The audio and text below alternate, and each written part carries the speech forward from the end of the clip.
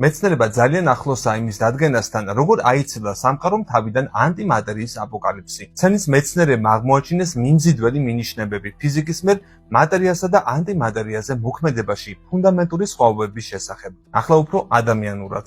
დიდ ადრონულ კოლაიდერში LHC-ში ჩატარებულმა ექსპერიმენტებმა დაადასტურა ასიმეტრია ნაწილაკის მატერიისა და ანტიმატერიის ფორმებს შორის, რომელსაც ბარიონი ეწოდება. ამ ეფექტს მუხტის პარიტეტის დარღვევას, CP დარღვევას უწოდებენ და აქამდე დაფიქსირებული იყო მხოლოდ ნაწილაკების სხვა კლასში, სახელად მეზონებში. თუმცა სამყაროს მატერიის ძირითადი ნაწილის წარმოუქმნელ ნაწილაკებში, ბარიონებში იპოვეს ექსპერიმენტული მტკიცებულება იმისა, რაზეც ფიზიკოსები დიდი ხანია ნადირობდნენ.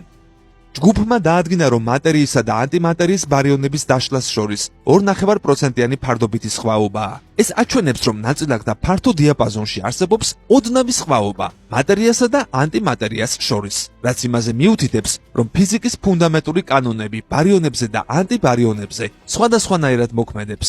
ამბობს კვლევის პირველი ავტორი, CERN-ის ფიზიკოსი სუეტიკ იანგი. შემზარავი სახელის მიუხედავად, ანტიმატერია ჩვეულებრივი რამ არის. მისი ძირითადი განმასხვავებელი ჩვეულებრივი მატერიისგან არის საპირისპირო მუხტი. თუმცა ეს ერთი შეხედვით მცირე დეტალი ნიშნავს იმას, რომ თუ ეს ორი ერთმანეთს უდესმე შეხვდება, ისინი ერთმანეთს ენერგიის აფეთქებით მოსპობენ.